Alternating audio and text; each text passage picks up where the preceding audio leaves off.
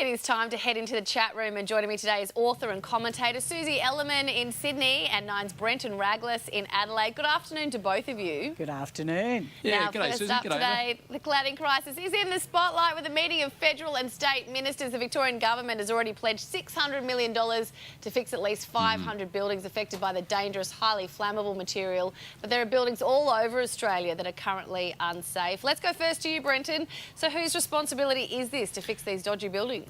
Oh, well, look, this is a major issue and impossible for us to solve in a 2-minute conversation, other than to say this is involving so many people. So obviously the people that have bought the properties in the first place, possibly as investment, they're the ones that are hurting from this, as are insurance companies, the state governments, federal governments as well, setting regulations and compliance. The construction industry, it's a major, major crisis. But all parties need to take ownership of this, because all of them went into this thinking they were doing the right thing. The building companies, the insurance companies, those that have bought them, the governments, everyone thought they were doing the right thing until we see a major disaster like the Grenfell Tower in the UK and we realise, wow, OK, we never thought this was possible. So we need to go back, look at the key learning outcomes from that, the recommendations, they need to be heard. But rather than sort of point the blame at one particular industry or area, we all need to take ownership of this and make sure that no further lives are lost from any future incident. Let's hope no future incident occurs. But it is a major issue and it's going to cost an absolute fortune. Yeah, it sure is, Susie. What do you think?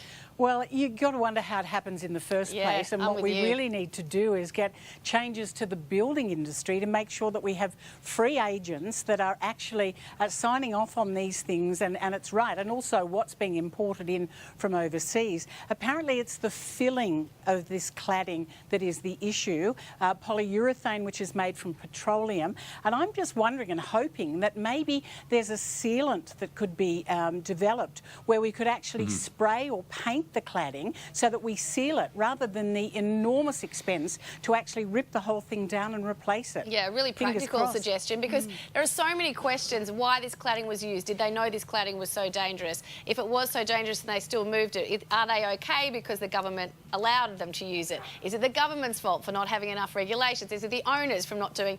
Even if they did a pest and building, I can't imagine would pick up that there was dangerous cladding. So I don't know that it is the owner's responsibility, but I do know that, yeah, the government needs to look into it, and if it's the building industry that needs to be held accountable, you know, maybe there just needs to be stricter guidelines in place. And what gets imported as well. Exactly. All right, let's move on. And young people are suffering from climate anxiety, rather, with the subject of climate change now discussed in schools. And, you know, we've seen students being encouraged to participate in global strike actions.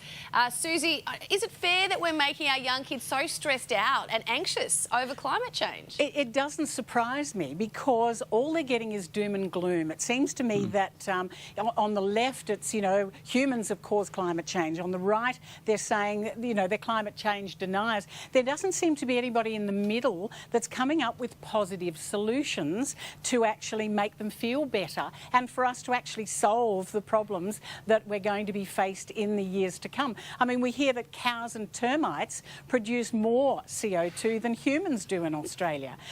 You know, that scientists termites, have just... that's random. I beg your pardon? Termites, that's random.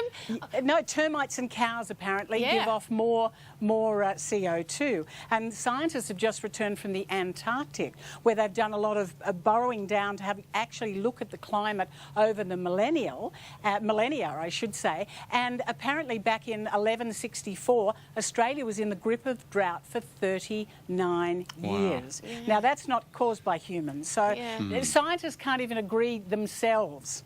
Yeah, Brendan, what do you think? I mean, should our kids be learning about this, even if it is stressful for them?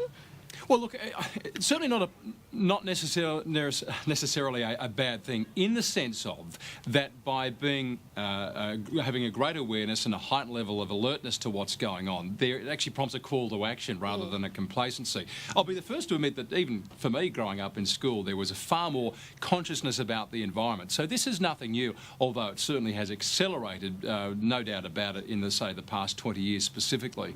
So I don't think it's necessarily a bad thing. I will say that as parents and carers and teachers, we need to lead by example to our kids. And by that I mean teaching them that we can have a positive influence on the outcome of the environment, regardless of the argument either side. It's, you know, the world that we've been gifted with to live in. We need to have be positive role models in our own family, in our own schools, in our own community, to basically treat it with respect. You know, there's no denying there's a lot going on out there with the planet, but the leadership actually starts in the home. And for them, for us to be able to equip our kids to be able to learn how to deal with it, to manage it, and to see that we can actually make a positive influence in the community. Yeah, some great advice. Let's head back into the chat room with Susie Ellerman and Brenton Raglas. And forget about becoming an astronaut. Kids these days want to be a famous YouTuber. That's according to a new survey which found YouTubers and vloggers are the jobs that are most desired by young people, followed by teachers, professional athletes, musicians and, well, finally, astronauts. Susie, does this surprise you? Not at all. I think if you look at all of those, and apparently they were given those 5 professions to choose from, these 3,000 Gen Zs, aged between 8 and 12, obviously a YouTuber or vlogger, which I presume is a video blogger, yeah. You don't need years of practice, of training and study like you do with all the others. Way back when, Susie, I could have become a vlogger. You see, there you go. But it's interesting because in China it was an astronaut, because I guess they don't have access to YouTube. Yeah, exactly. Brendan, what did you want to be when you were growing up?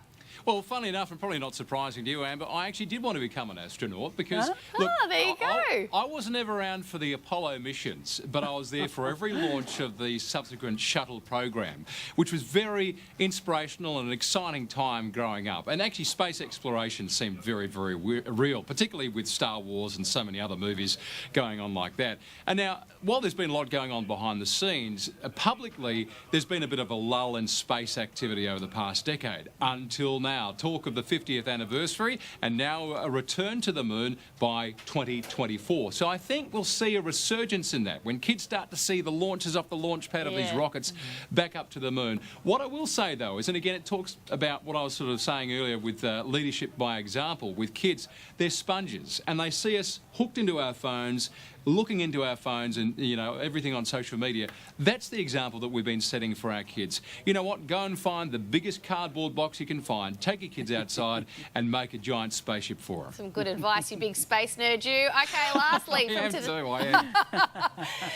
lastly today, if you've happened to log on to Instagram, you'll find out the number of likes has disappeared. Now, the social media giant hopes this new feature will place the focus on content and make it less about a competition between users.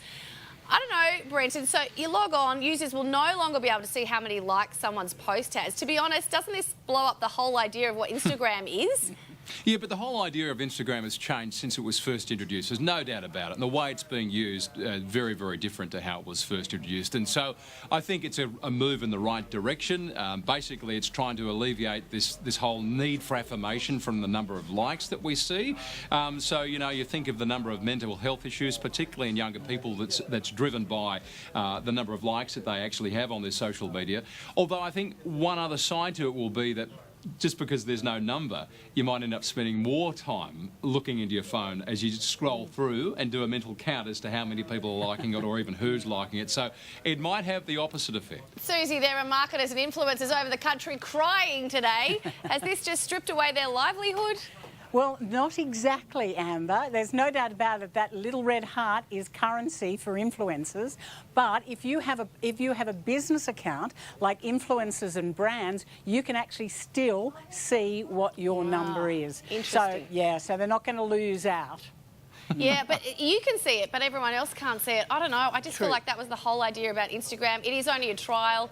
I reckon they might have done it for publicity. Call me a cynic. I can't imagine that this is going to stick. I mean, what's the point? No one will be logging on anymore unless there's a new feature just around the corner. But I certainly think we need to address. We do. Certainly need to address the mental health stuff anyway. We do. Got to leave it.